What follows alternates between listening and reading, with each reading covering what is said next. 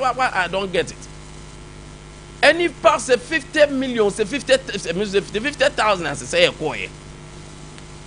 How many of them on the internet? Grana come to computer. How many of them? And you don't unya assistant every cry. Internet not call off call for assistant. Any pani bedroom hold ma ni pan bedroom na capture so be janwachi na close according to Omo transfer. What is this? You didn't pre-inform them, you didn't take them through any tutorials.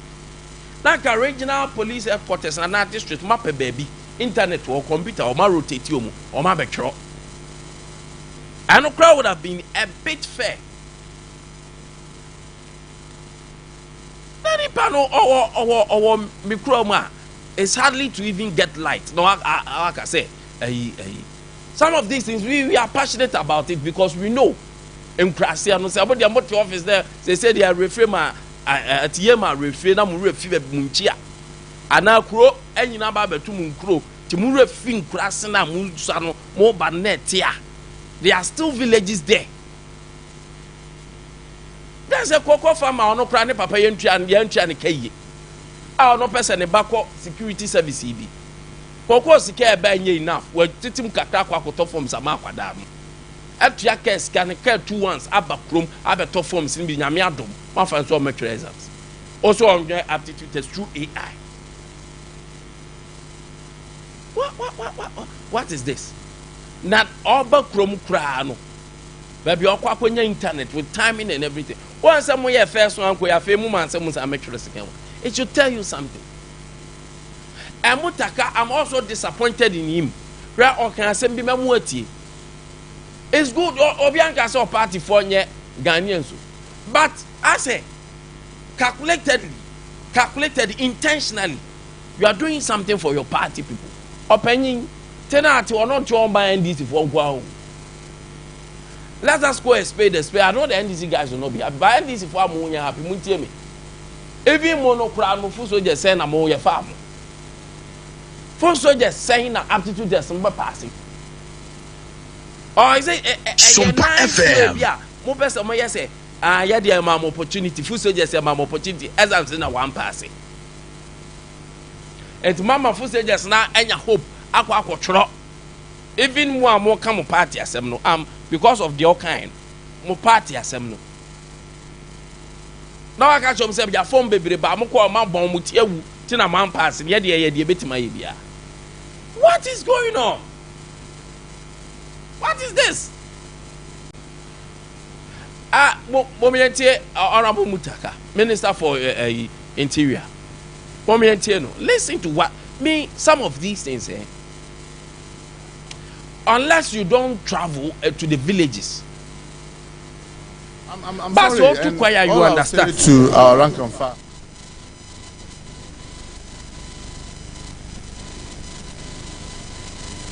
More phantom, Kevin. More phantom. That same video, more phantom.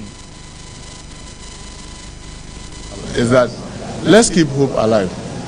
Remember that when we were doing the police support, those assistants to the police, to the fire, to the immigration and others, not a single person went for an interview.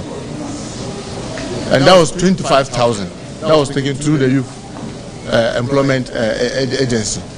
And I want to believe that they are largely the rank and file of our party. There are so many other opportunities that we are opening. But I want to believe that all of us are very conversant with our neighboring countries. Without mentioning any specific country. And you see the military and the police are that is what the minister is saying. Who are taking the lead in running away from hearing gunshots. Wow, for the job. All of us Interior Minister is saying, sir, you are not part of NDC Interior. Of such. But since 25,000, no. So I rank and file of our party guys. If we had even decided, let's say, to see anyone where Benina, Massa, Onyan this in Yakwada, Unkom, only political affiliation, Aquada. Me, I say, I bang about finding call for, but I never be on man. You don't make it so you don't brush it on our face like that. Now, Sabo biem, yanko back, Kevin Sabo biem. Na yentie honi. Ansa na ninsem no be Kenya. I'm sorry, and all I'll say to our rank and file is that let's keep hope alive. Remember that when we were doing the police support, those assistants to the police, to the fire, to the immigration and others, not a single person went for an interview. And that was 25,000. That was taken through the youth employment agency. And I want to believe that they are largely the rank and file of our party. There are so many other opportunities that we are opening. But I want to believe that all of us are very conversant with our neighboring countries. Without mentioning any specific country, you hear gunshot and you see the military and the police are those in those countries who are taking the lead and running away from hearing gunshots. Why? They are not well prepared for the job. All of us want to get professional and very competent. And I want to believe that there are many of such within the rank and file of the party. So I want to plead with the youth that, for example, if we had even decided, let's say, oh, this recruitment, we're going to give it to only NDC pooling agents. Let us assume that we are going to ignore all other Ghanaians and say that, look, we are here, we will take only our party people and we are going to take only our pooling agents. The last election when we finished, the pooling agents were over 100,000. Because the agents that we have were about 110,000. Let's assume a quarter of them were only interested in the security service. So that's 25,000. Which method are we going to take 5,000 out of that 25,000? You surely have to then develop something. But even if you are going to use it to only your party people, you should still have a mechanism where you go through to be able to extract the 5,000. So yes, those disappointments may be genuine, but I want to believe that we will continue to work very hard to create other opportunities that will be easier to give than just use one recruitment and try to think that you can use it to solve all the problem at once. I'm sorry, and all I'll say to our rank and file is that let's keep hope alive. Remember that when we were doing the police support, those if you carefully listen to the Minister for Interior, Mame for credit. I'm sorry, and all I'll say to our rank and file is that let's keep what he's saying is say. Remember that when we were doing there have been opportunities that they'll continue to be opportunities. Assistant. I'm sorry, and all I'll say to let's assume a quarter of them were only interested in the security service. So that's 25,000. Then mom, you can say you won't crop your own man. Oh, man, what it to boom, what a bomb, boom. Uti to a po, what a bomb, boom. And conform Johnny, your soldier for any police for. Meaning the Ghana for soldier for any police fire form through the old system, no. So omu suti tuo, omu bomb, omu janintina. Ya pese style of AI aptitude test here. I'm not against aptitude test. Kwa jume biya o fe nipa also mani pan go through aptitude test, because it is very important. It is very, very important to use that aptitude test. And dear, menya against it that. And then menya against it. Because that is why we see the cognitive ability of the person. And when you a psychological or psychometric, impact of that person. And the skillful nature of nipana wofan juma. So aptitude test, I am not against. But the mode and the method used, I am against.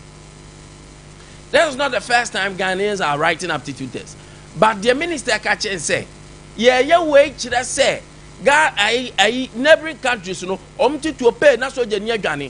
Bomb, boom, that's what you need, Timmy citizens. So what we want to do, they say, we are scrubbing all the system out. Now AI, not there. You use AI aptitude test, a 2 about Unyani. Oh, Yakupo. AI aptitude test, bombo bar, according to Minister Onyane, because your neighboring countries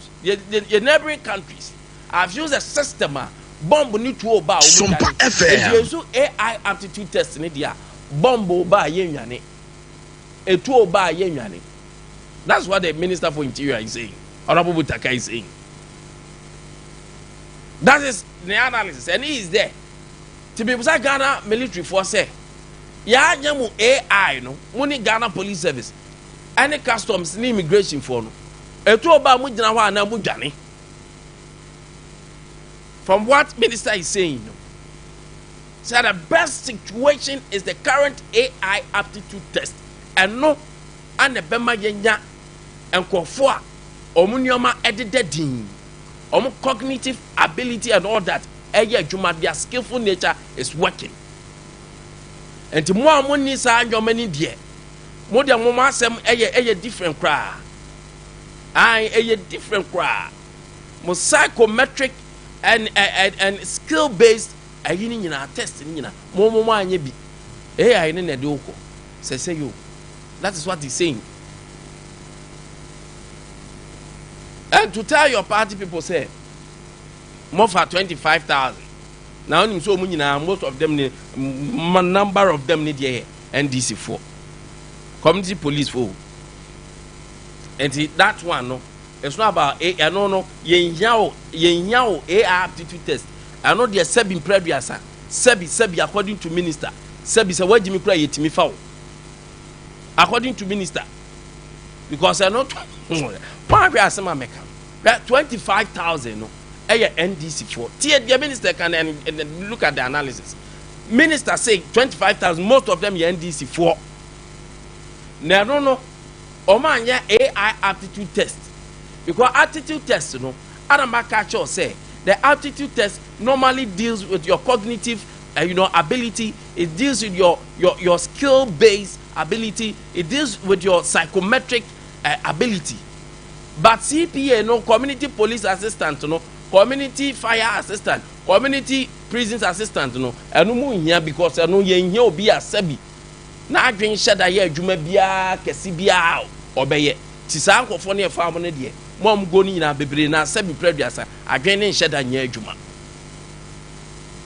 Enti omu a ya person ma adwen ye adwuma the current couple of people ye the AI aptitude test mom. That is what the minister is saying. They are not my words. That's what the minister is saying. Say soldier for ya be form, police for ya be form idea. Now me crown soldier for understand no come use it wasn't AI. And you no crown AI minister say bombo bar. Say bombo bar ye AI aptitude test no. Emo munyan because ye neighboring country. Sompa FM. Omo method omo use in nti bombo bar omo dwane. Etu obo omo dwane. One be bombo be gina. Drew baby class so jamu. Omu retrieve, come back. The Canadians no retrieve knows that. Share. And you see, it's shameful. Now, young so says such words were chosen at that day, addressing the public. So we need people a two about munyane, bombo munyane, at the neighboring countries. And also me aptitude test. And to more military form an aptitude tester or more cognitive ability and BB and Juma. Jane yet. And a CPA for 25,000 no. No one check that yard assessment bia. To more form their form wholesale. Qua assist police, qua assist fire. And your friend and Beshe pa. Because more aptitude test in your Juma. Say aptitude in your Juma, psychometric in your Juma, cognitive in your Juma, or skill based, it's Jan Beshemopa. Beshemopa, that's what the minister is saying. Now, after your markings, says something. Moving into Afenyo Markins, let's watch what Afenyo Markins, minority leader, also said on this same recruitment. On random review, also can be a Alpha Quemo patch. Now listen. Mr. Speaker, the military did something good. They created a system where people entered to write the aptitude test direct. Mr. Speaker, if it is possible, the system should be changed to enable our boys and girls who are even not educated on ICT to write it manually, so that a proper system is put in place which will allow them to go into the AI space. I am for AI. I am for IT. But you cannot suddenly call somebody from Ukugu who doesn't know anything about IT and wants to join the force work, and you are told that go and write aptitude test via and to share MPs in both minority and majority. Show money me. Sompa FM. One fan chance sound na a beat be in the but with the show money shall call you honorable and him pa. Majority and minority, or Bacono by and Cronia. Show money pa, show money me. It's like it's a bizarre thing that happening. And I like the words I find your chose. More beyond miscontribute this for politics. We are talking about national security. We are talking about matters that is bothering our security. Show when him show money show mu demeanor omu posture hwe omu boto. The across in the MP bien were affecting, including Mutaka colleagues, including his colleagues. They know the betting and a jaya bomb during this time. Parliament.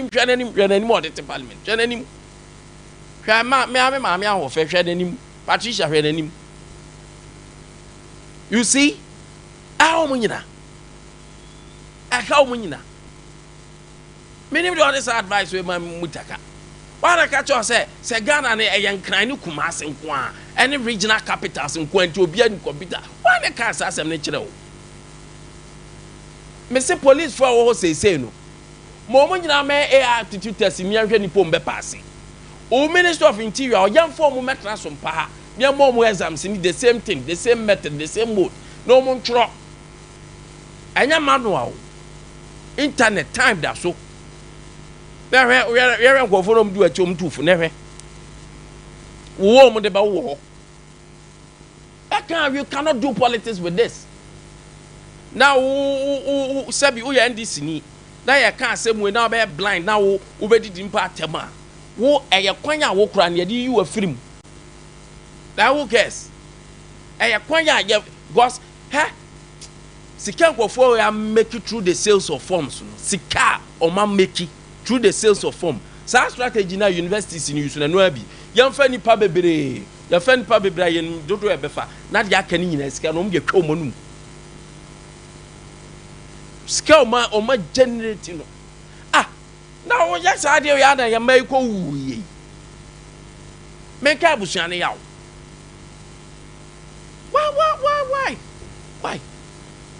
Why?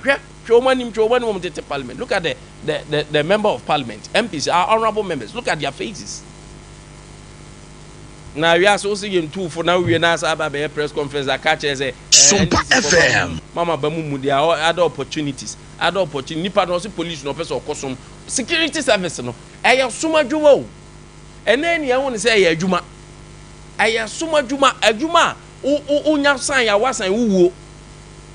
Ojina barrier nyame fasa ama empare mo obetuma be boat wakun even see who your security near your life is at risk, a highly risk job. The risk is so high. Ajuma bia a certain modicum of a risk but omo de ne de sa okwa akon so obeba wo mo wo faith ye Nyankopon ho. Na ka security get patch on here. Security get patch on here. Or man here be UK for there. Or one here be US there.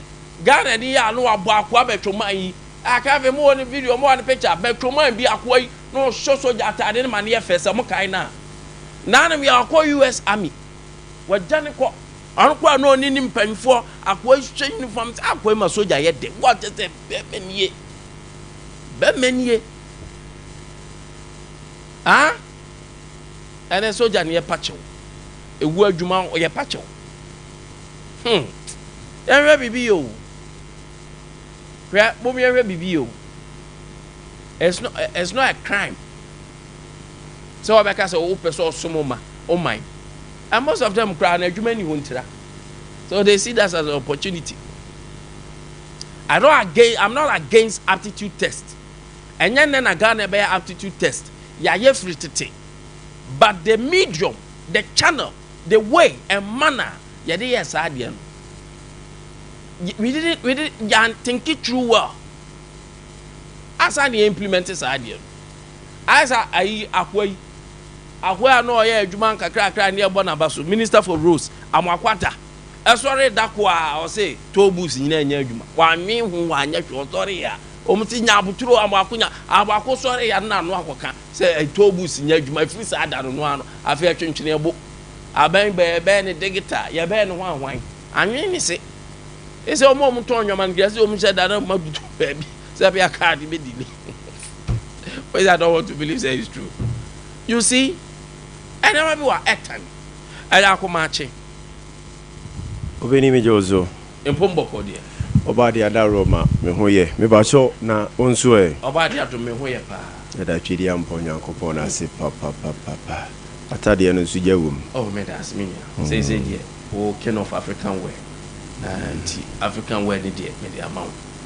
Me the amount pa. Sompa FM. Ya toso. Na me wa na babla be ka chem say eh. Na Kwame we di jackpot bia na am say ada bibi. I'm saying there was an African material on top. I'm so on top of it. They know just say, come on. I know some boy. Now I can tell you saying where off it. And I'm saying, oh, but what you young worry, so Honda. I mean, another one on security, and also John Jinapoye, but Kevin, I know I read the amount for him, Grand Precuna and Reneko. So, John Jinapo, Samuel Abujinapo, Ketwan, Samuel Abujinapo, Sammy Tuga, the Anomomian team.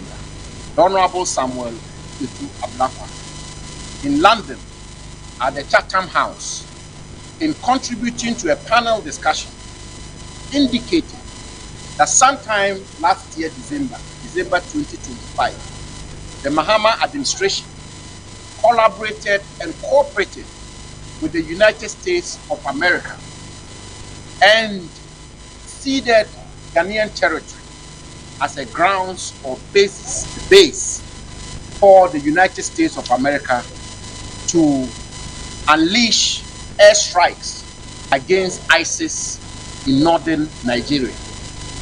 Indeed, the foreign minister indicated that this was done at the express authorization of the government of President Mahama.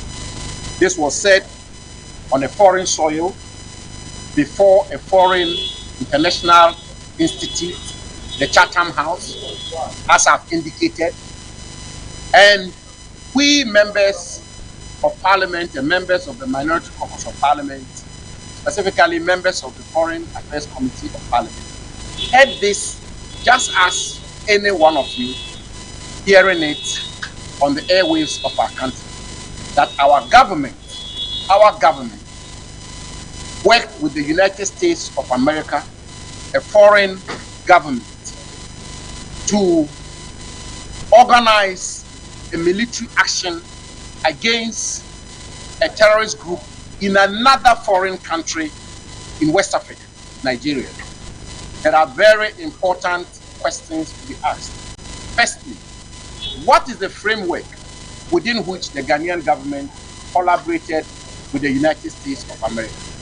We are reliably informed and we are reliably guided by the former Minister of Defense, who's on my right-hand side here, that at no stage in the 8 years of the Akufo-Addo administration did the government of Ghana get into any agreement with the United States to have Ghana be used as a base for launching military attacks in other foreign countries. So, the foreign minister of our country, the Honorable Samuel Abia, in London at the Chatham House, in contributing to a panel discussion, indicated that sometime last year, December 2025, the Mahama administration collaborated and cooperated with the United States of America and ceded Ghanaian territory as a grounds or base for the United States of America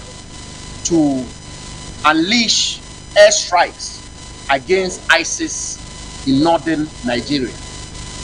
Indeed, the foreign minister indicated that this was done at the express authorization of the government of President Mahama.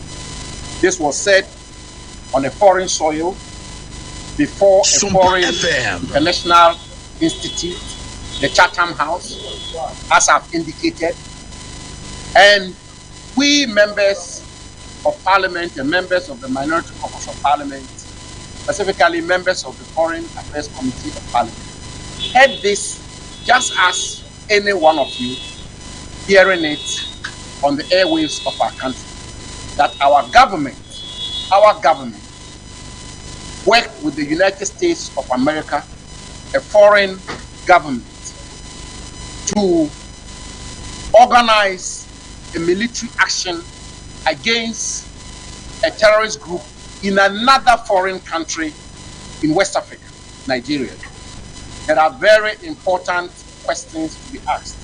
Firstly, what is the framework within which the Ghanaian government collaborated with the United States of America?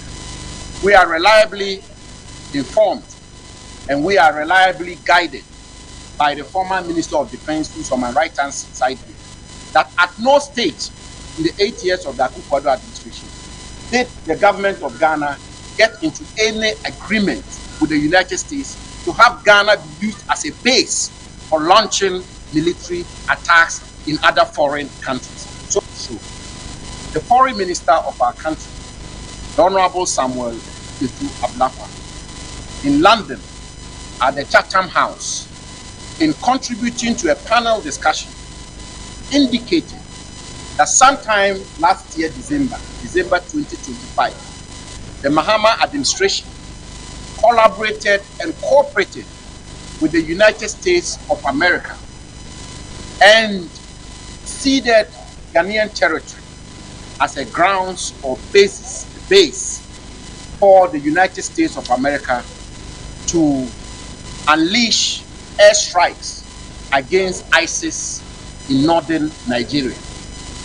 Indeed, the foreign minister indicated that this was done at the express authorization of the government of President Mahama. This was said on a foreign soil before a foreign international institute, the Chatham House, as I've indicated.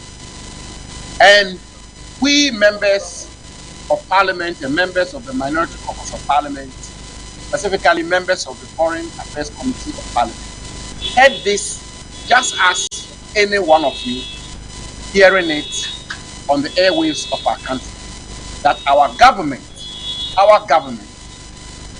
worked with the United States of America, a foreign government, to organize a military action against a terrorist group in another foreign country in West Africa, Nigeria. There are very important questions to be asked. Firstly, what is the framework within which the Ghanaian government collaborated with the United States of America? We are reliably informed and we are reliably guided by the former Minister of Defense, who's on my right-hand side here, that at no stage in the 8 years of the Akufo-Addo administration did the government of Ghana get into any agreement with the United States to have Ghana be used as a base for launching military attacks in other foreign countries. So the foreign minister of our country, the Honorable Samuel Ablakwa, in London at the Chatham House, in contributing to a panel discussion, indicated that sometime last year, December 2025, the Mahama administration collaborated and cooperated with the United States of America and ceded Ghanaian territory as a grounds or base for the United States of America to unleash airstrikes against ISIS in northern Nigeria. Indeed, the foreign minister indicated that this was done at the express authorization of the government of President Mahama. This was said on a foreign soil before a foreign international institute, the Chatham House, as I've indicated. And we members of parliament and members of the minority caucus of parliament. I think saying Nayati. The Samuel Abujinapo Eka on a year US collaboration of who say Ghanaians say through the Minister for Ministry of Foreign Affairs. I could to a black sector minister down. Any America for no aqua could share the thing Komobi according to Jinapo Abujinapo. I must say no. Omo buama US force the base be a woman about Quentia Alata for and conform your terrorist womb according to the Jinapo can. Now I don't know what just are buying him because Omumra Omo Omo for when you accept a Gombe base, but Omono Omanchi. Because of Enyama Omo believe who when it comes to neighboring countries and foreign trades and all that. And the other day, I buy where they buy walk can back again. Because now Iran took go Dubai because say they believe that there is a base US for operating from there. America for me attractive. They say, "Oh, don't go more share one your money." Your system the bomb back. You need the beji. Anope na fi yam fast da kesi ma the obo so the asase. Na fi yenka se ye ni so enkwa ne ahoden a wode amayenti de ka nyina ne se from our spirit to our souls until our voice re-echoes is worthy of our worship and our praise and obey. Na fi mentia ya tiefo na ye no masese o mkasa fidie ne o mkasa fonyini no eda Sompa TV Sompa FM. Ma mentia o chia me kwasi ni mo o chia me ka jo so a minister for African way. Me chia me kwasi ni mo na vi machia na napoku piesie fa asemche. Commander no we bo special good morning. Na see kwasi Joshua.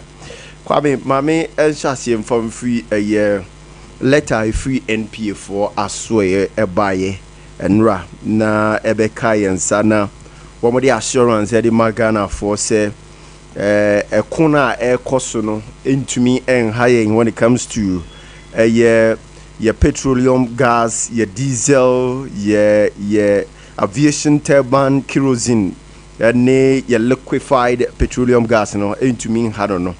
I think say sang komo ye ba ye the American so when ye be boa yen na fi suru bi e ba be da yen so say abase de enje be tutu fuel mu abase de enje wan wi ya ya light no kra ne bo be sha ase akokọ kosoro abase de anwi ya lorry fare ne nso de nyina ne bo be kosoro abase de anwi ya inflation no ani ese aba be hu se ba be sidi dadam ya say food stuffs ne niam ba kumienu ne bo e ba be yedene no enti enra me hu ye wo paragraph 3 of womo ye krata na e ba bontin following a comprehensive review of national petroleum stock levels and supply arrangements conducted in collaboration with the Ministry of Energy and Green Transition and key industry stakeholders. The NPA can confirm that sufficient quantities of petrol, diesel, aviation turbine, kerosene, and liquefied petroleum gas are available in the country to meet a current and projected national demand.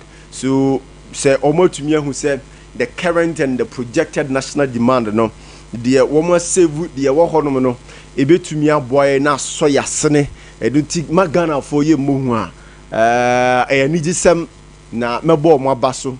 But my question am want to say as a woman fat timeline and to so say the work on betumi sustain here for either 1 month, 2 months, 3 months, 4 months. Say we are Ghana for so a bit to me a chassis and a fee ya psyche to some of these things in the next maybe 1 month 2 months 3 months now say full a babesan what other things can we rely on say a bit to me a chassis ko ye bobo na ni yusu and I say bibe chassis e de ho akwa solemu na fi aboa and maybe they are also thinking say if they should bring this timeline now the fear and the panic akra be market no so e bibi so and also a question for another day and also e be here more deliberation on that and more explanations from NPA to help us agree and understand the course CCI.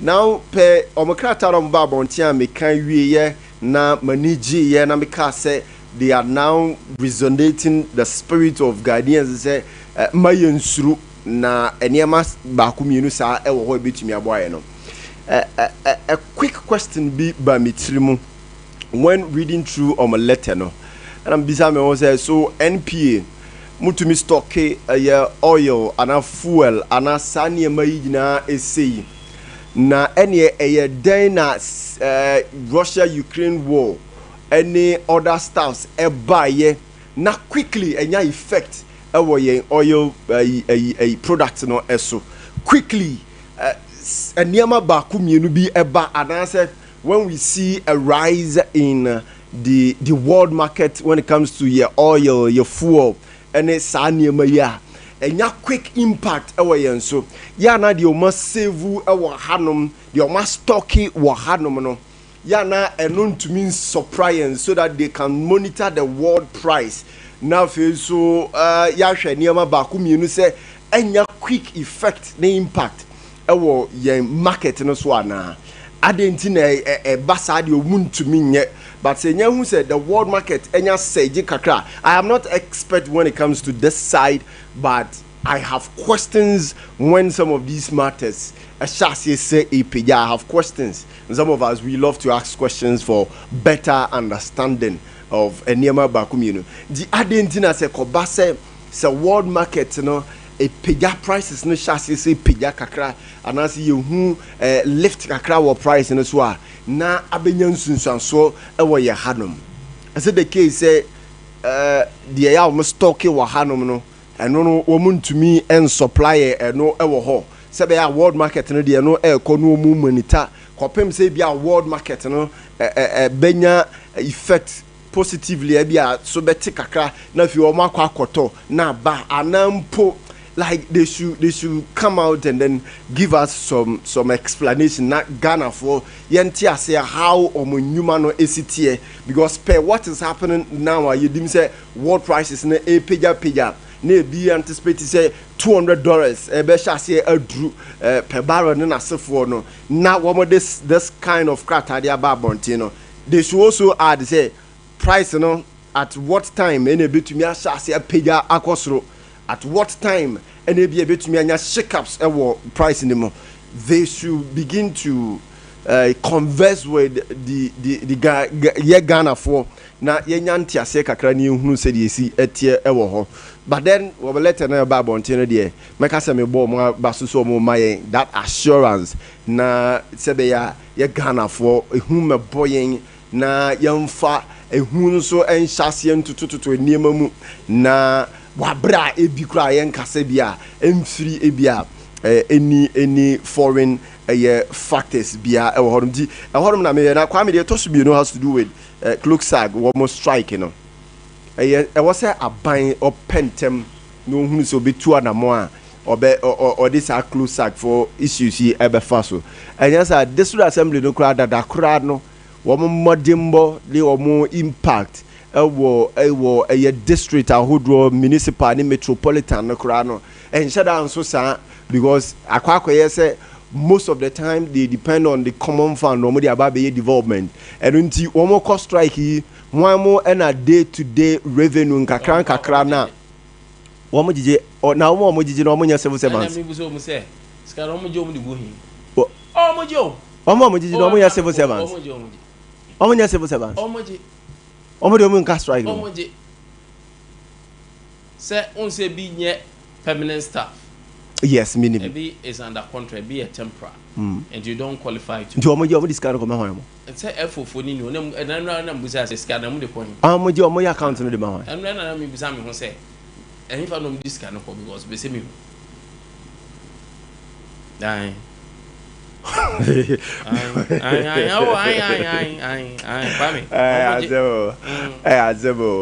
okay.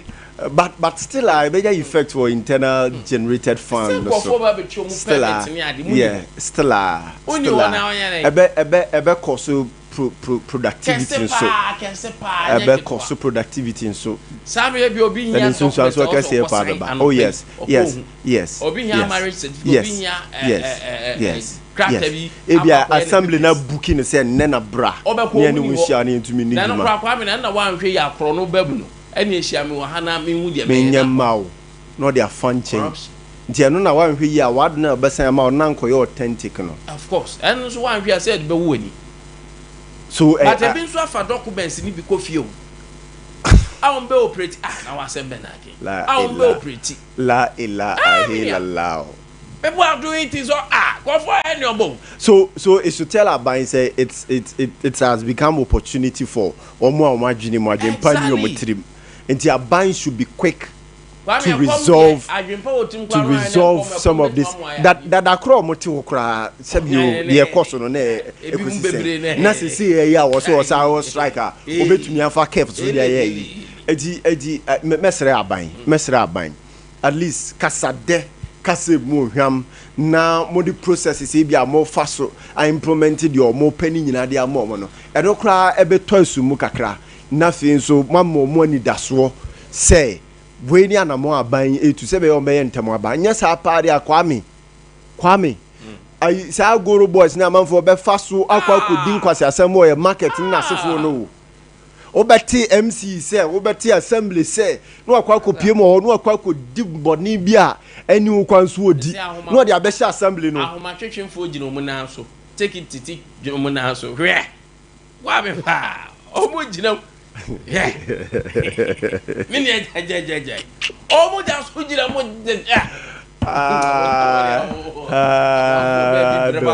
ado abai hwe no ntu anamo no onye bibi mfamfa ho because enya say be say nioma de oye ni o ha kese pa na bebre at the end of the day o me free strike na bar na niema pia say na niema pin so aka akire na productivity no dada kra ye nya na sen wo mo kwa adwuma kra dodo say no mutumi ye na aginsem na atete apansanti Aban mo ni nko na kwa me to the security sector.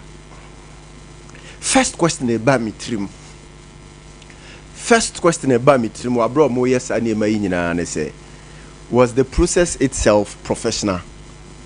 Process is no more fast to the recruit to Ghana for mabunu the real security sector no a professional na because the entire me beside say a professional and say one the amity a muntaka or kan a chiche maso ama me visa questions baby say one was there any written exam or omo firm written exam to test them to see their skills, to see their knowledge when it comes to the sector, to see say womo legal understanding of a jumana womo ba be ye no kane and sakura na ya for mo na afei safo yikura ye di mo background the background na wo free body ba be wura police mu na etisen no ha dwene wo kronfo kakra oyobi a wo twetwe sa antampi kakra oyobi a no dibone corruption kakra wo nani so ye de ne be wura security sector na ebeboa ana sen na esi etie ewo ho psychological evaluation ya yo mo ahunu say akwa no kra enya se bia amememfe bi ne pressure bi ne out of say oni ani da so wo ba bia ene odi ba be security job yi anase sen na esitie na yaye oral board examination bi kura to me hu wo mo said your musikasa wo mo sa skills no say obetumi detect odi obi kasa detect ya hu say asimasi o nipa bonefo asimasi o yesi at least though we will give them those training na asefo there but a bit knowledge about security no or will be kakra e wo hu ansa na ye de na kwa na you see yeni ani edi e ho abro wo man mu ha because of politics. Because at the end of every 4 years we want to be re-elected in Tino. They be joining foot soldiers and so for me case me and you here or party in so. But then I was here kind who say woman babe say war minor, woman your mind interest never and almost the party interest never. Interest now mo de babe ye adwuma a year for the good of the country and now say onwani bottom ni na busuanti no odeba. These are some of the simple questions we have to ask, and this is the time I was say abanzuma na ni ehase ko say obey kwepo your basic your second cycle institution no say what this ITC na ITE be wremu because sa AI ICT sa AI exam ya wo mu eye se nipa no wa VSS na bia computer kro hu bi da say the work and chrome kra internet ni ho like onya access to some of these things okotena computer na nimu a say no kwa akotro exam na mouse no ba be kevo no de akosen internet ne te kwa obey den owi ahefa no ba be submit and oh Charlie I think say all right fine, it's an opportunity say or see ehwe ni hunu say be equip your schools no na isa ICT into atumi agina na so Kwame Alopai mame na se na adwuma abama se o ya branche o ya bema na opa adwuma tie oba fa de mamponten a adwuma kese bi pa factory work kama me hu mo boss me je se abama enti se o person o ya adwuma now any a very good income value for money anopai unua ukunu oba anepa adwuma fa wanso na pa numbers 0245 215 862 0245 215 862 ana 0542 032 977 our Ashanti region fa de mamponten me so frɛ na nya adwuma we cool job wako school unko school ye faw we nya chinchina bia o ye factory adwuma ankasa professional job ana o ye Polytank super sumo Polytank sumo super tank Polytank ye ni free tete no say de sumo no na gira mo bia sumo tank sumo super ano bia eje na dia dancer Polytank won say no the rate I say sumo no amount for pen no the discount ato so amai and you pay 10% discount you can save 1,000 Ghana cedis and above Polytank na for that anya sama discount ano pay bomadi aba bia ton Polytank bia okwa wo super sumo na won say tank muni Polytank free tete entue krake prom etim die etim esu abobo ensu mo awia mo Polytank is Polytank na super sumo no ana anopai kone kwa jode hweye no obi amfa sukori ana no achenchena wo say di na de na Polytank ye adwuma wan hwe obi kwa fa foforo say Polytank hwe hu ye eye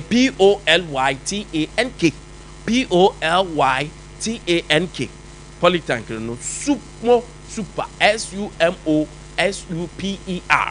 kwa jode Kingdom Herbal Center kofa by Kingdom Garlic Capsules in the bitters eno eyembo bia well-being ube boost your immune system ne beko yo bibia beko ya unya Kingdom for Kingdom Garlic Capsules and bitters anope cholesterol ya de bitter said heart disease akuma bo peri na joda na bibi bo peri hypertension ana wo so wa na anxiety na otititi hweye na de kese ba be yo arthritis na wo so hia Kingdom Garlic Capsules and bitters afei memma no o sorry ahoma chena wo kwa yen kan hwe because enti wa ya adwuma enti na ubusamia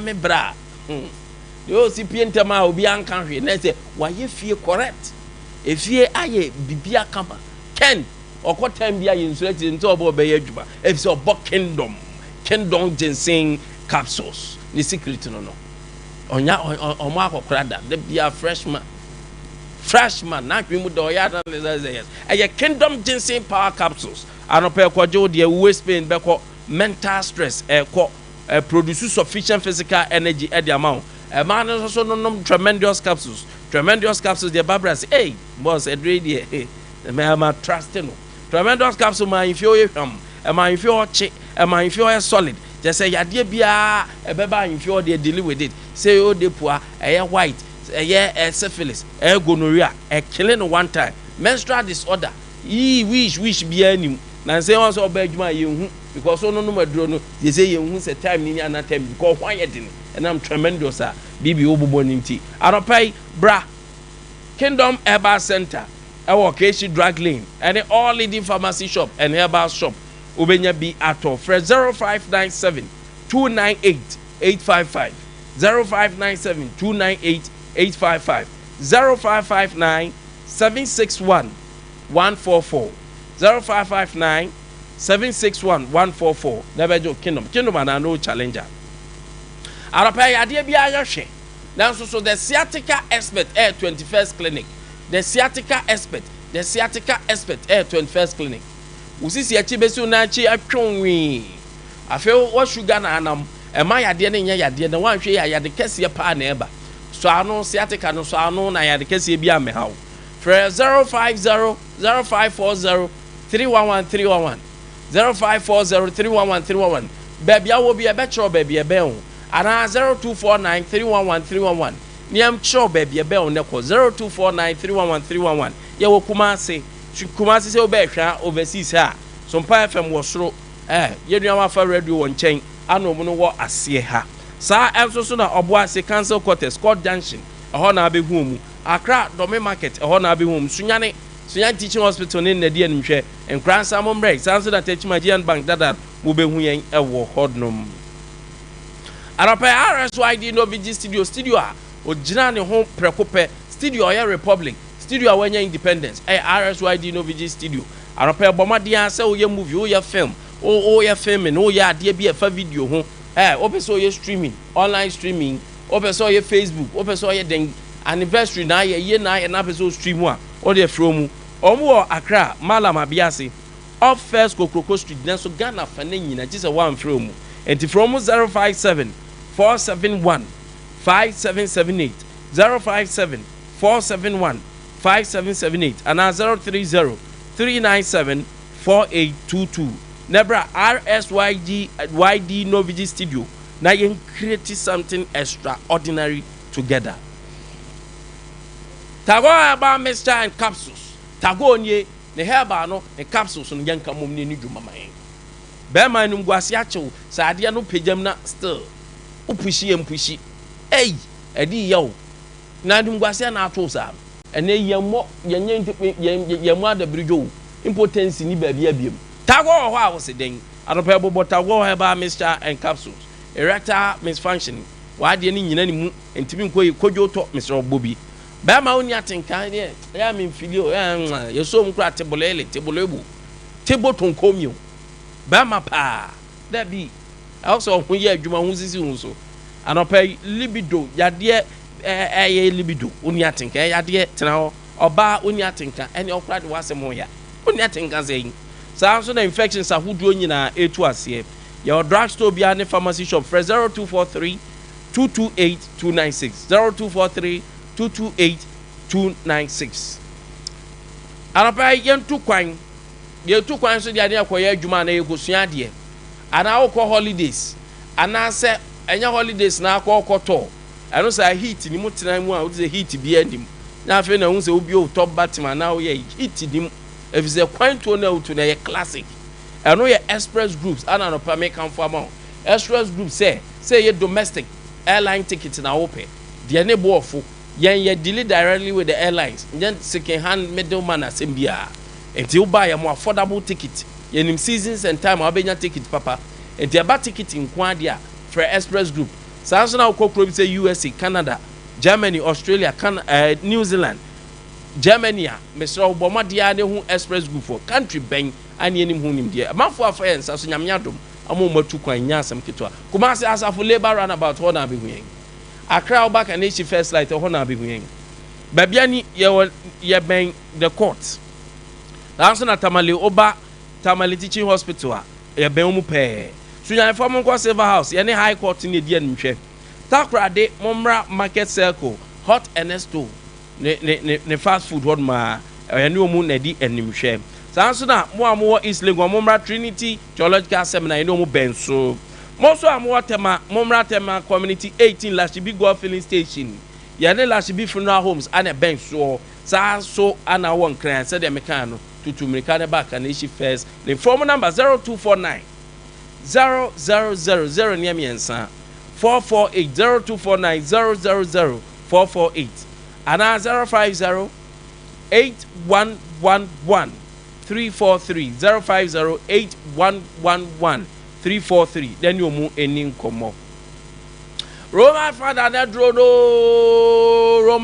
Nedrono Father Martin Sinye Roman Father Nedroni nie numbness ekwo titiriti sembia ni o stroke 18 stroke Roman Father Nedroni honam ya o edwane Roman Father Nedroni weakness bi edwane Roman Father Nedroni pressure diabetes away yade a aye krankro ekwo a enkontine fa no kwankro na e kan no chronic onomatopoeia enti chronic ya de bia mesrew eye Roman Father Nedro na papa edro ne de say otimi say nyame na eye nsenkyerani o say ya de ato so ache na enko o de bo Roman Father Nedro you go see something bobo de Ghana fa na nyina obenya Roman Father Nedro no eye the best medicine for all your sickness on yare kura no bi nem boost system no 0247919122 0247 919 122 and 0552 668517. Arapay enra me kan sembi. Enra me kan sembi say asa no ka me nko so kura bi because I am time. Say ene die. Say okoye sponsorship a echiri. Na GMPC no mu support teams ahodo support programs na ka time. Can not get time.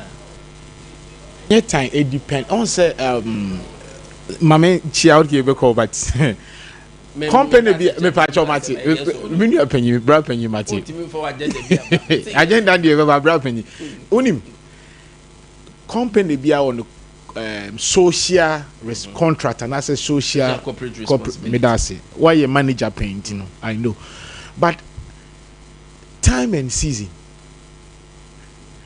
Eya na eba say ya home ye de hwe social ni ahwe the timing ni ahwe the essence ade kura make sense minim I'm not say me person be preempt because oh yeah wait me aso even fast me you sure say eye woman of valor asem me da say any obi kwan na what nyom no ya o kan me da say ya ro maka former Bono region MPP communication director Asari Ago olim e say enyom bi eye mienu na ya me ni voice am de to nyom o say media mi wo hoi me say me dwene me ho okotre ko yini mako ma ponche ni ti ho fifiri say media me mpa me ho asemo me mpa me ho asemo ye vala ko kan be kan women of valor and oman hofu omofe papa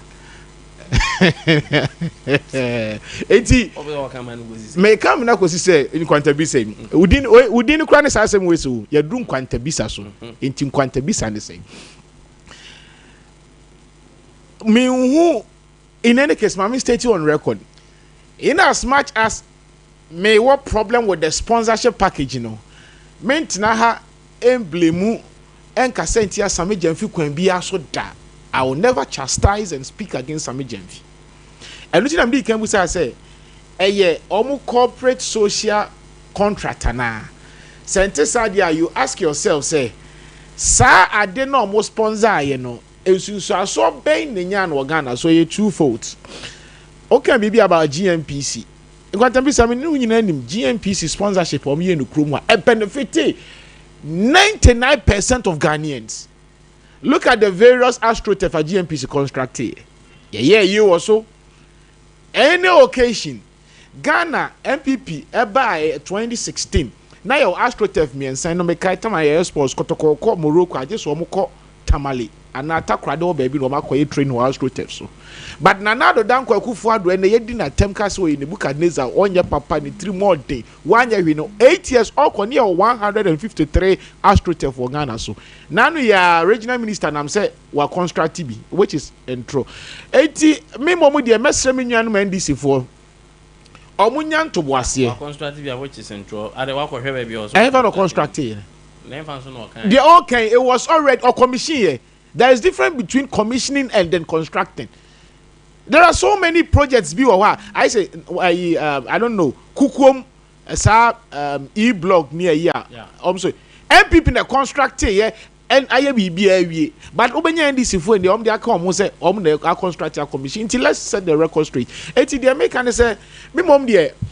The timing was poor for me because at the time, NDC supporters esu ATM say NDC so penny for adampe omo abra NDC supporters ATM esu say 1 million coders some ka so be training omo training omo emra NDC supporters esu ATM some ka say 133 na da bia ya meka 24-hour economy no Nkwantabisa adwuma why I check say 24-hour economy na me no ntia say nyina kire say adwuma no be ye 3 shift nipa baako adwuma baako nipa miensa na be nanso arahosam ne anuguase ne ferry say office na akro ma bie for 24-hour economy it doesn't operate 24 hours adwuma almost 4 hours as I say it tells you say was a NDC for pe bibi pado om supporters men ka say bi NC MPP but eduru ho a omonyini omwanfo no ho na in any case I am tro ne na da ne ehorodo rasmo om ka kire na mo omunya sagide no wom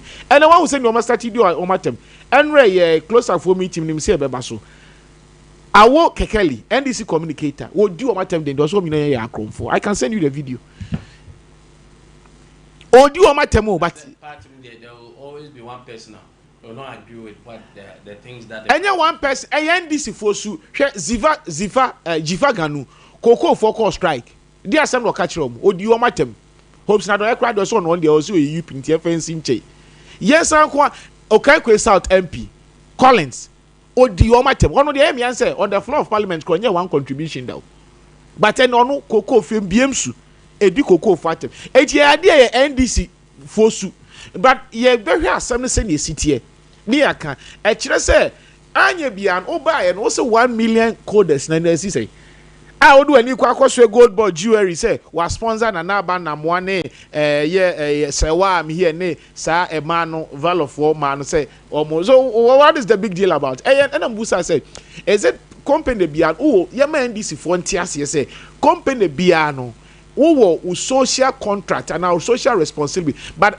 kwaya befa so amana ye no na ho ma asem na bo GMPC then GMPC schools have constituency minya ba ko oko bokro mestita esi ho GMPC foundation school beautiful was sponsor oko AstroTurf bobo AstroTurf wo krom ha nyina most of them mean timi mo kranswame it was constructed by GMPC it was sponsorship now the becon nipa do ni nya so fa so they not complain na ikoye makuo bi in court kra na no na me pese allegedly let me use the word one tia na one lady bi say octra say sa emu sa valor for woman ba akokra na so ne samejamfi bibi sa afia assurance ne sa okay make we wo the opposite producer acrobatima be issue den say ono kwa cars bi say but I know there Makola for man na neka but I know there you can testify say tio say just so asem ye twa bi ho na bibia ye dase what you say eti anu kwa dey am person me now you ask yourselves NDC for bo afu nyina say na ba na mo ya MPP ni omo ye campaign omo ehun bebe na mo na Ghana scan ye di no party nko san omo kan na won ti ase say won ti di omo ye say police ni ayi asem ho so won ti asema muntaka ka kire omo muntaka o say omo qualify no we for ne abodan for nko and o say omo man qualify no o say some are we smokers me fa in nchewa Ghana today o say some are those who fail the aptitude test some are we smokers and mental patients na me pa chobo am you ka we smokers are am tampe for na ndi obetima kire na mental patients nso bo am o brofon dey what mental actually We all argue how. Say okay. Eti wo adwin ha ma wa yede. Impact and practical. Then Nkwantabisa emfa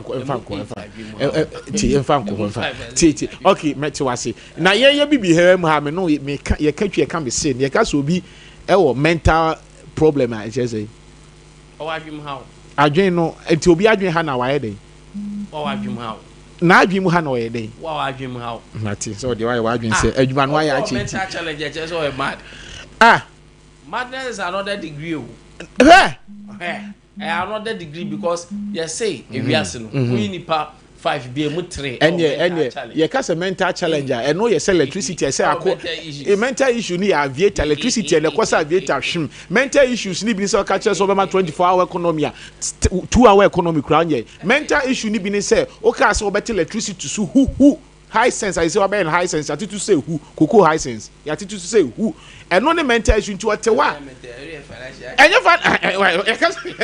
financial no let me explain again you can financial challenge in the ato forcing 8 million releases ska emma various organizations financial issue be no mental challenge who obi kana went mental issues ebema dependent mental issue to kofi on kwata na bia ba sorry anopa baby ho aye manyina no eye sika okọ enya enti women of valor for ne there once again I think say they should have channeled it in my opinion the timing was poor not this time the timing was very poor. Me I don't have problem with it. The reason why I may have problem that me say abenya problem later and say umutwantro what sponsor any panel sponsorship is sponsorship what sponsor any panel hodum and once you sponsor there are so many different phases of sponsorship every crowd ma umba especially kania near about dancing obu on more so be tie it depend room a ebia odi 10 cedi drink no ka ho ti no mate ebia 20 na your time your discount hodum discount on it can be strategic. Me cry they don't change am can say can be strategic. See a moment discount. Say you dey kwa abrochi wa be to bibia. Na so wa be to bi e bia dey me ba e bia dey ma 10 cedi. Na so discount am mo 8 cedis. 8 cedis in Tuesdays no. My value for never fa. Almost music and you have sponsored and sponsorship. I sponsor. There ma NDC for supporters a menua akwambufu yen say omo mu nyare. Tie me ba dem can say. The same line ba on team. Mate was pa ba say mu say. Sponsorship. There's money a come ho. Ghana for yes, taxpayers money. Me know the same part of sponsorship. Good. The ama NDC for the ama NDC for Buofuni say Minister of Foreign Affairs and so can be. Of course, say and no more. Good. Etubusa say simple question yen nyina and me boa me NDC for say ombo fu pa say come ma omo say on person mu amount of money e kom I don't know am so mu here sika kom mo nya ntoro sika dia kom na when video na almost after part no video na ba onim say to me oh yes sponsorship find a way to defend it that is nice but person obey yes I na me boof you see It was in a bad taste. Sad mekan. It was very bad. Wrong, but there's nothing wrong to sponsor there is a program or market in the diaspora because conform what broche be say Ghana say you finished product. You good and it will open the buyer's gate among conforto. And to reason in that way that is fine. But what sponsor you now back at him say na a discount. I want a man bufu here. Because me ba no pardon make drain in the marketing aspect and can ba defend you say what they did was right. Ba be catch them say discount one sponsor. I case. And and can make me can tell me. Sika kom what is it? Can wontie. Sika kom. Let's stop that. Kawie nu o ba na wo yi we o to my MPP o to my na MPP aban dia wo yi free. Problem match medum the mic do. Problem ho eh. That is unfair. Probably our way there. Good morning. Good morning. Now what is it? Na me adom now say. Na me adom boko. Me kra no. Ana afra. Me kra no. Mo kon die ho. Mo kon die. Mo kon die. Me yire ketwa da. E ka den kan ku ni na ya no. Hey, asema okay, kuro bia no adi o. Hey, Oh, Ade. Ana, Dabio, asem na serious than what you are saying. The kuro bia can is serious. That's what ordinary sa na person che.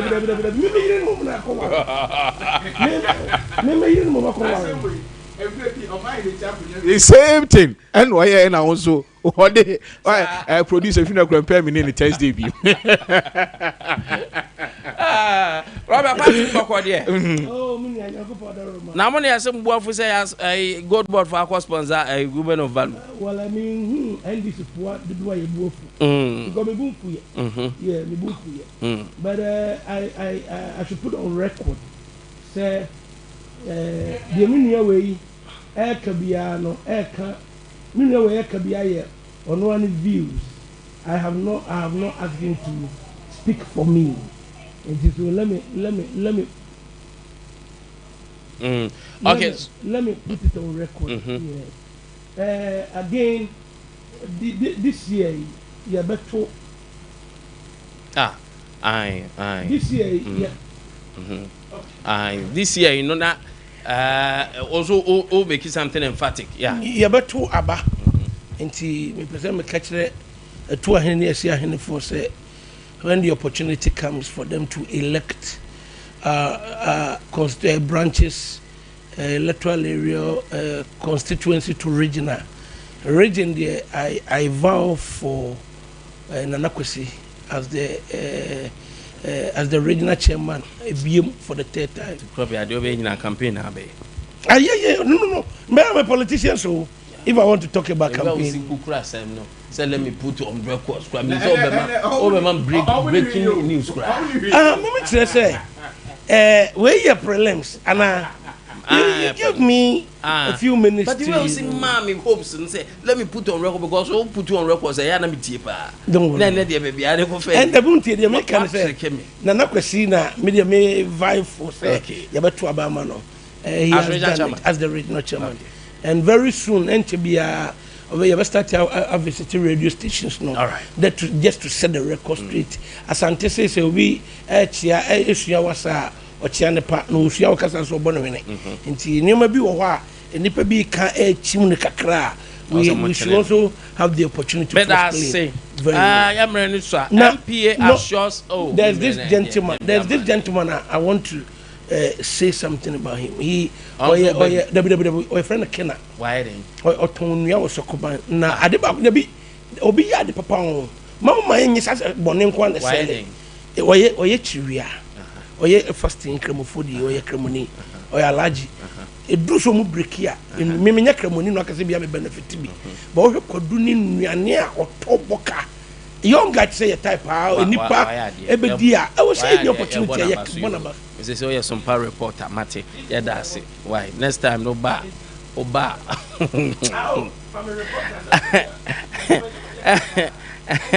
What else? Yeah. You are seeing communication. That's it. MPA assures public of adequate fuel stocks and stable market conditions. Young MPA form come on the abbey. Na come better some medium fee. Sponsorship. Time I'm the man at your campaign. I have less than 30 minutes. No, you give me a prelims. You give me just about 2 minutes. No more debate. The prelims. I know the agenda. One chair. Oh, why you two say the prelims are pay agenda? For paying room. You, some medium vineyard. And many pa akuma into say, I see some medium fee. Aye, something on toward on your tree. Sabio Yatikrum hay. Oh, Tabio Yatikrum hay.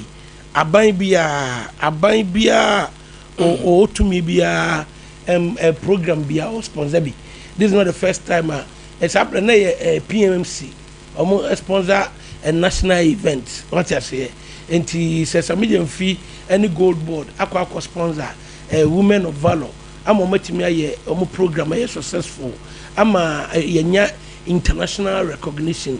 as the gold board obi also nim say and the gold board is gold na omo de be watches omo de be smade komade omo de be bracelet the anklet nyoma omo de be waist chain this nyoma no ni nyina dem ska every gold board near there I refine your gold industry near bibia ya me nyin say ye bone so be at the timing people will say it's wrong but or no yes chief executive and then the board take a decision they consider all these factors and they say okay any I Ghana former so we say on the international front that we can chip in at least the all can say wouldn't say sponsorship na obi beka say kind of subsidy we and maybe obviously say a subsidy say a discount and once yes Canada kwako remedy obi abetimi arrive at the conclusion say you shouldn't feel shy what I say no there's nothing wrong won't go back no and I me take Ghana me sure say MB before wa adwene bi so om do mba ban mu a bibia no ye national event o die da achibia no ebe the next 20 years omunya kwan ba almost be point to see wo gold board anya de omba say bibia no betimi sponsor that because we need to market our face exactly and once ye Ghana ha na ye nyina ye Ghana for ye bibi na wo person what do surplus because wuremu just to ensure the beautification of it, just to ensure the success of the program. I mean, yes, sure say it's wrong. What time so? Until me that say MP. That be all time so MP again. Can my remember? MP. Honsem no. Eduji tamaklo me wa. Yeah. Good. Krobia, let's not deceive ourselves. Nkwantabisa. Ye nyina ti krom ha. Na NDC eba abenya so om se wo fuel abugina John Gina Poneka wo se wo 2.6 days na ye fuel wo krom ha nyina asa want is asem yeah good yemfa no ntonche yemfa no ntonche mate yemfa no ntonche but ye hu se eyentro yemfa no ntonche tamakloyi aduji tamakloyi kroya Russia Ukraine war ne sha ase pe MP he no de bet kokwe kan say you 5 weeks of fuel and we should tighten our belt.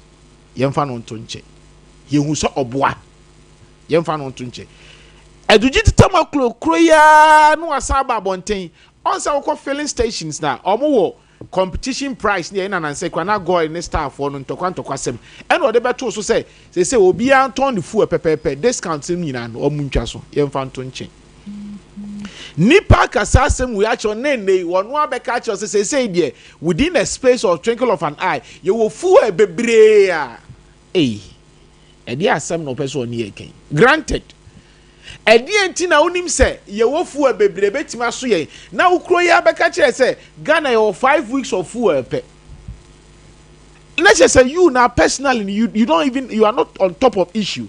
But in any case, you want pay say and some no can you na me no a me tie dia me dia sa gidie no me nyini oba ya there are some people that almost make say OSP report by 16 fueling stations there near can filling stations no 16 filling stations me ka say the be obi dey me pa chen yes so ma divert premix fuel dia ko stations one more ton say amount for engine. I was expecting Tamaklo Eduji say oba work towards office of the special prosecutor report but what is happening and omo nyina than social media commentators.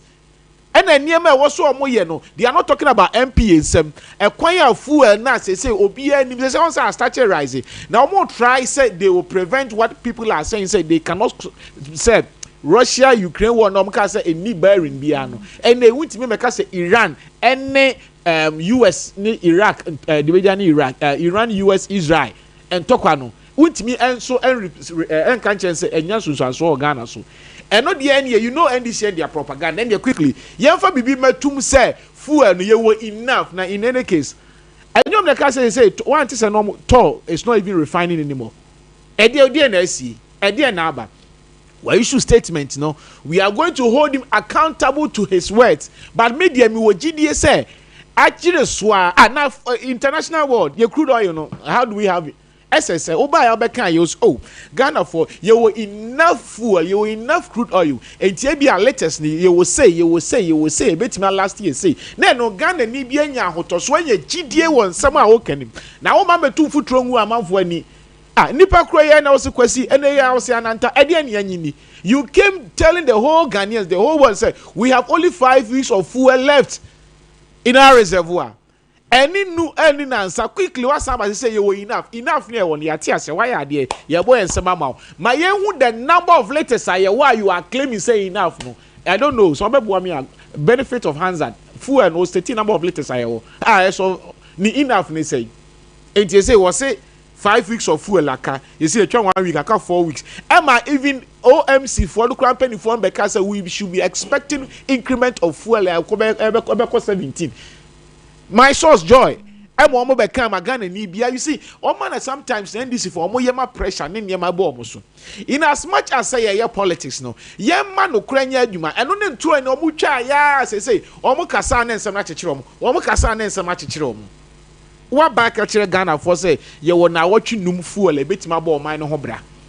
Ghana ni bia pese obe bono so na afi wa hu ne nhyehyeye nanso wa hu se de obese tutu na namo na Ghana ni amenu nyina mi ka ho be ka kire se o se bia ye o bebiri a obefa wa asem na because if so nim se won other MP ano na mom ekono ama na ama pressure unnecessary pressure na about so no government so your opposition etinie be bi wo mo ya ye be correct om ni aka kire say let's call the spade e ye fita yen kan chen say fita e tuntum yen kan chen say tuntum na suman e wan disi for so say ma odwan akra ka kire say ya ma na ntweni mfiri ho na mo aye tamaklo dia na o kan ezuji tamaklo Oko eneka we measures a go you are body enough by we have enough fuel in Ethiopia you 100,000 liters and car minya Nkwantabisa to him say you and the crown na oka no minya crop ya to ya NDC no kasama party no call radio so kasa no wetin defend say MPP for crack no tamaklo say eduji say you e bia fuel liters of 100,000 liters go and we say na be kan watera say you there do you want me to take you serious? All right. I can do that. A quick rebuttal from Okrobia. Minia, no question. Me say, Russia, Ukraine, and this for you can watch them. Indeed, if the MPP is doing same, me sure say will be before 40 or more. Now, why the attention on Ade Akye Abia, the CEO of MPA? Why the attention on him? He is in charge. And now what Baba can say near 5 weeks. I didn't hear that statement coming directly from Ade Akye Abia. Me oye must set here me maybe a Ade Akye na the cancer statement, you know. But the statement might emanate from the MPA. Yes, of course, he is in charge. He is the CEO. And he obviously say, oh, alluded to him, no problem. But what I am trying to say is say, full or say near 5 weeks. And then they was because you were enough supply. And no for Boniba and the womb. Why is the MPP won't wait or can't wait? Now you a 5 weeks now. Also started a year counting 1 week become until you 5 weeks now. Then a bit one, a bit one. Then you hold him accountable or you hold him to his word. I don't think the one sir. Then the year was started because of a new man, Ade Akye, Samijan Fee, Okujeto, Abbas Nuruddin, any of these guys, these young guys, no, hold MPP to their feet. Giddy, and they intimidate to me from some. No, the MPP want to do same. But on your time, and you shamu, Oboni Trima Robeka Bibi, you have a quadruple upon Kroma, now you're respected colleague journalist. Obaka can send before gold board account. It is on one meter of one cancer. The media and the twist here. Papa, more money prefer in team for draw cocaine. Some have a year or no, so must assist in investigation body. And that's why the American say, well, see you enough. We have started counting 1 week at them. No problem. Yama 5 weeks in them. And no one here go so tongue and someone can in obasa kan obada no wano ana se do one bi ni ho a ene ye wo ho kwa bia so MPO for mo na beka we ni enti say ni na sie ene ye bia nduji watwa ntro be pa twa be yesi be say I will agree with you or no na beka say ye wo 5 weeks of a fuel cover. As a shortage by between us for my 5 weeks, which is 1 month, 1 week.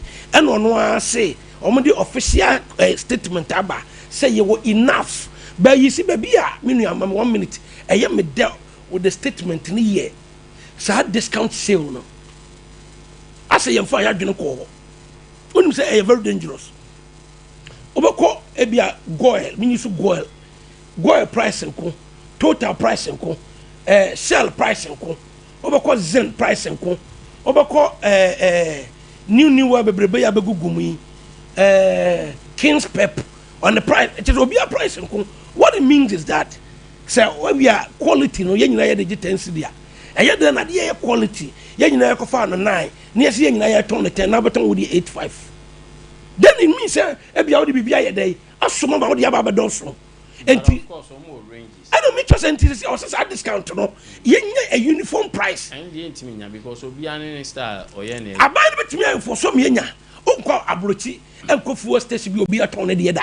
Uniform price. Because they also tell you, say, once you OMC, no, Obi on ma, the outlets, Dawson, or northern region, Tamale, or transported from Accra to Tamale. The distance involved. Or transported from Accra within Accra, or be outlet wa Accra, into a jet from source now, bust forward straight to the outlet. And a metro will say, and to me both, ti omono so production cost no, they spread it. Ti Tamale dia or Tamale, but a TNT neguson, transport fare neguson. Ya che se be ya on moka on counter loss. But one wa Accra, one outlet wa Accra, one betim dia ko ACDs. Mamen Kaza Mitro. Fuel na ti sano enye direct said you can almost walk a buy no so a commitment wotua at the more transporters no enti opa as me make me frobi see automatic I understand say o de me bo me frobi automatic say goil on take 1 liter say 7 cedis 12 cedis 50 pesos on take kuma say goil 12 cedis 50 pesos. Yes, and America say they do that for uniformity among the except Goyle can be a franchise. Good. They do that for uniformity among outlets. No, so once say ye koto Burberry ewo ha ye baby Burberry ewo Ghana yan conformity the Burberry a woto no US they also the same price ewo ha the ma America for journey go here wo Dubai cause say the obeton America no do Dubai ho na obeton ye manufacture no but yet the moment our cover plane they ban and the own to me do our franchise okay so let's also look at this from this perspective. They say the order quarterly anyway we be a born be vary. What about fuel stations are outlet because the NA almost the one cry no about 90% outlets no e bi okumase ya e bi osunyane adentina nyina ntimi so the same point in nyina ye fa e de afridi aba adentina nyina yentimi emfa ni the same ye de bakumase o ni nyina nyepe the de kwatamale ni nyina nyepe na you see where what problem with the price variations ne competition ne discount ne say I better now grab who say fuel na auto dia Nkwantabisa for go come the quality and MP for exactly periodically they have to go okay we will say they will enforce monitoring, they will do evaluation. They have to do their own also. And the can say because it has been say you can't get a equilibrium price for OMCs. And the will say no what say and maybe I am pegging. The minimum 10 cedis, maximum what try 15 cedis. We grow up again 10 to 14. 10 to 14. So within that range, you know. Crop Yabeka said, media budget 11 cedis. Can Becca saw the India budget 13 cedis, Mecca some the media budget 14 cedis. Once I am within the range, I mean go below no, and this favor will be no. That is what they can do. No, and maybe just I don't talk between Gore and Star Oil. Good. Beautiful, beautiful. That was the fight. Let me point in the same. Unfortunately, no, me one topic. My boy, me point in the same. You what you acquire something for me that say. Crabia, young closer for striking. They say, "Oh, Bia MMDs assemblies in Bia Nyajuma." Crata crop is of course I won't sign. Omuko yen say no credit name say fair wi. Come say and come on no closer. a very disheartening, a very challenging for every government. Make every government may share free successive governments. Because I said 2019. Both MPP and NDC. But the group baby I want him say group which say closer call almost strike demanding for a better condition of service. I am too political because you angers them most. Yeah, when you sound too political and you want to be hard on them. What I say because one bit I say statement and NDC communicators are starting making quarantine yanko. Aban no kra nya de penyi na kra yanko. And aban's better cause where you woman in no offend the for nyina. Even so be empa experience wise. And American. Say do you want me you are not on said the thing say a true sad decision making way and say you take a collective decision say you striker. We young people here you keep quiet and you join. We young this here you keep quiet and you join. Because who you want they will expose you send your what by own no or for mati enya de ope until you take a collective decision say we are embarking on a strike to just to drum home our demand for a better condition of service. But what I say until now baby a point no I was see and say a ban should meet them halfway. Almost made in common since 2019. Between 2019 to 2026 about 7 years, right? And it's a 7 years dia na a conclusion papa be to me my dear then a whose fault a ban fault say a ban fault there and a ban anyone share and when you for say anobre and my buyer the etofom Kwantavisa faba so de babu me na me bunko to dwumi ne afache me de wo ka bia me gitum de mayo de me nyɛ ni na me gitu fache me a sɛ ɔde bufo bɛbɔ me 5 kra na menya pa atwo no bitu de jamba ko mienu bi na me yɛ dai me kɔ ebi kra so no anka ho hwee but what you say enti ba bia du no mesrɛ ewura mahama ban ɔmo sɛ saa nneɛma wei no aya na yɛ wɔ state institutions a aya ne ɔmo wɔ the mandate the constitutional mandate sɛ ɔmo ebe spearhead saa enkomodie no ba ko yɛ fair wages and salaries commission ba ko yɛ labor commission ba ko yɛ ministry of finance saa nneɛma no nyina saa group ni na mefa ofidie so asere sɛ ɔmo te fie because me tie kwada so MC ya wo ho awo ka sɛ closer strike no ede bearing consequences hot one pa ede bre various MMDCs no metropolitan municipal district executives no because saa nkɔfo no ɔmo kɔgye revenue ɔmo kɔ ofie ɔmo kɔgye revenue DC ne party for any to me so mti say abanti so ɔmo kɔgye revenue ɛno yɛ number 1 ti sɛ deɛ ɔwɔ kan business activities ɔmo betua sika renew ɔmo nneɛma ɔmo betua sika agye ɔmo nneɛma obi a wɔyɛ bia no assembly no yɛ empty. All right. So we are DC now kwatena office wa. O tena wa kopem da because coordinating director kra ne team nyina no. O timi enyo mo hwe. Na adwuma ho se e bia monitoring fo bi kɔ. Adwuma ho se e bia operations fo bi kɔ. Obia ni assembly ho. E ba sana e dia ho check sie.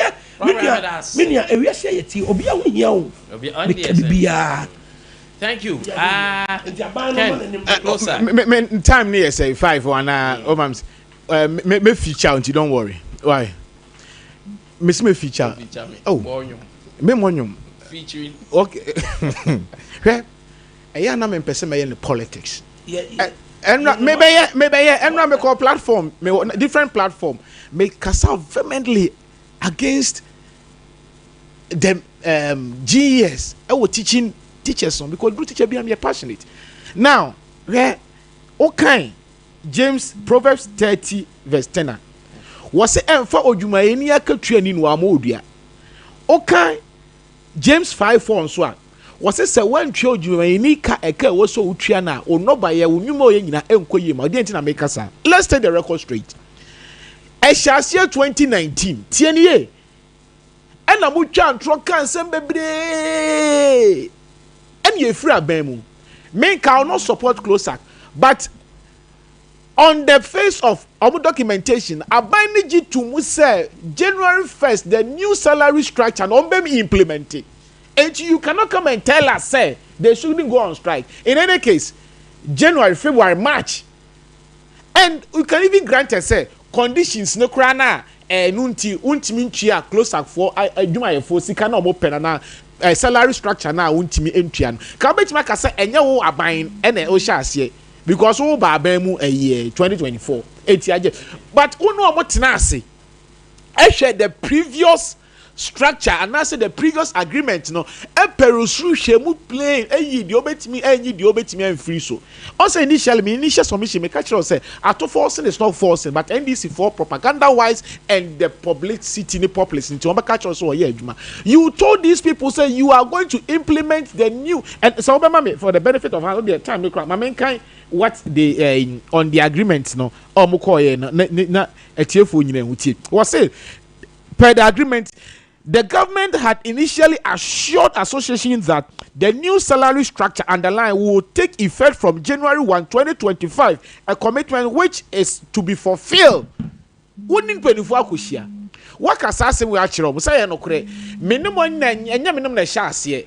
Nemo yetenas no who say kwasi kwadwo we ni we wo enema medikoma emwa me ntima me nyin frim entima ye frim no 2025 January no ye betena se aye ho adwuma age atum ama wo pram ba ye no on say transition no this all when you na komo ama mo gituma e dey na asesa e dey e na asesa well ye dey o say obi ka say o man bobo team bi na dey can say NDC kasa no mo kasa ye and some of them say the reality has set in.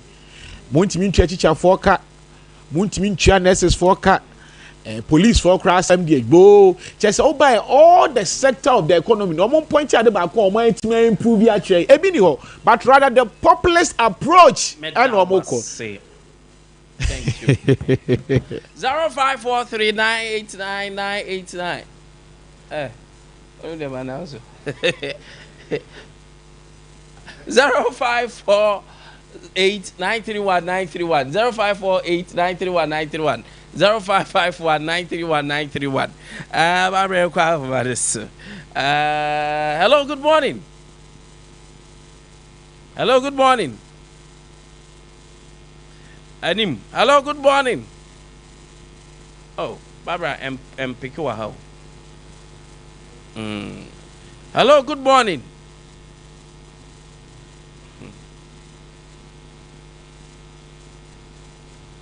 Hello, Bajo Jiraso Kakra Mami. Hello, good morning.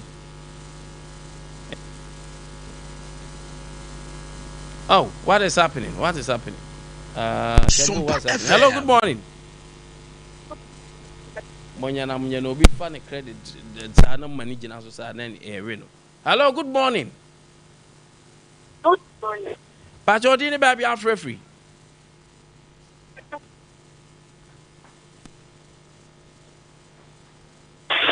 Hello, good morning. Good morning, baby. Pacho Dini baby afre free. Come on, I do radio on the intimate on Kawadaroma. I don't know about you. I never connection and mention the general chairman and I was very old. Now, I'm not here. Mustafa Araga. One of the bus as a constituency chairman. Called the thing. Already the bus original organizer. Now, I'm not chairman. Fire. I open young pay in some bit of markers. That's what I said. Osha Ade Akye NDC and penny for the money appointment. Say, dear minister. There's an original recruitment. There's something I want to say. Then a press conference in Kwame Nkwantabisa. Because original one and somehow walk and say, I'm fun of them.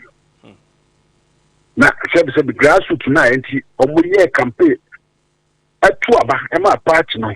Emma no be na appointment. Say we do money Ghana for na. Party na wo aban party and wo aban. Nene wo di party na brosi. Na truth is what na. Dey na grassroots no be. Let them over party opposition. Okay. Na da ban ye di AI. Aye exams, military exams. And now say be security exams for Ghana. Then Kwame Nkwantabisa say do do say na laptop. Also, we station. Also, yes, network category.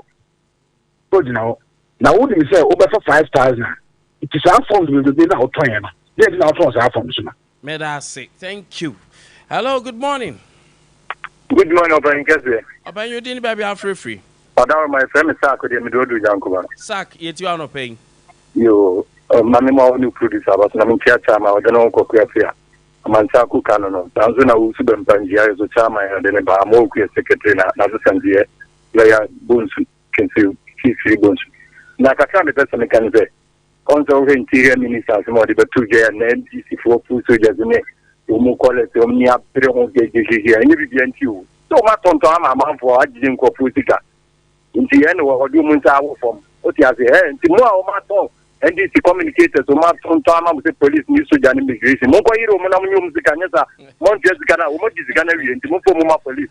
Hello, the allegation that I say. Hello, good morning. Hello. Hello, good morning, sir.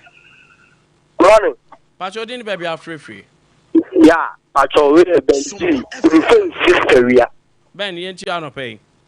I'm about to look at the board, Wadauma, Lamentia, who come from on a boarding job or Sabuama, MC, Achima will be just out.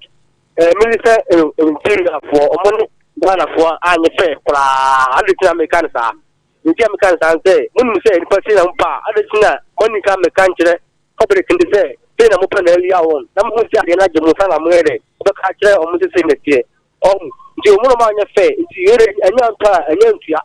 One for Mr. Momo, Piasu, or Piasu, Mamma for Fenina, Mr. Momo, no more for family. Yes, I'm going to tell you. Where medical bed has a fight, let the force bed 200 guarantees. But go is come take most case at the pool. So I'm coming and let a pool Sompa. Where any is the by. One of my fair, in a minute, my bench.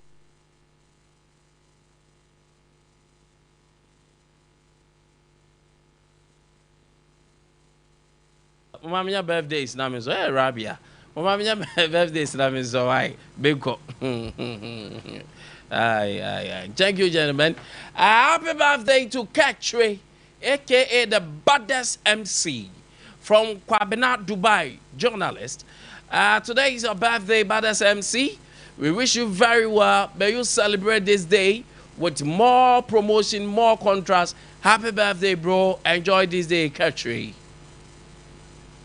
And this is to Ebenezer Edu Safo of Central SDA Church at Sante Aguna. Ebenezer, and I want a happy birthday to you. Way a free Katre Obi and Morino. Afe Aguna Central SDA for you now say they cherish you. Nyamema kwa tenten on one pomoding. Happy birthday, Ora Edu Safo. So answer that birthday and Kwame Josephine, Sofo from Wasa, Domiabra. Na Oya Juma Zidane Hotel, Wasa Domiabra. Na Wayfree Obos Chiki, CEO of Zidane Hotel. Now boss we show happy birthday the anyway in show. And the happy birthday Josephine, Obos sing yami show. Na Oma Wakuma Swati nyina embrem. Kaine hun say adwuma ni nyina do na boss so do and happy birthday to you at the Payentia Zinani Hotel for nyina good morning also ewo on that note thank you for being with us at the Paya from Nana Kwame Nkwantabisa Nana Nkwantabisa ni Mbapa I read on team in Kumsa Orlando wak aka 7 days to 7 days you know pa Nyami show bibia mu breki ya menkana tu Sompa FM. But Kevin say oni Elise say omo team no ma anu e di omnim di ombe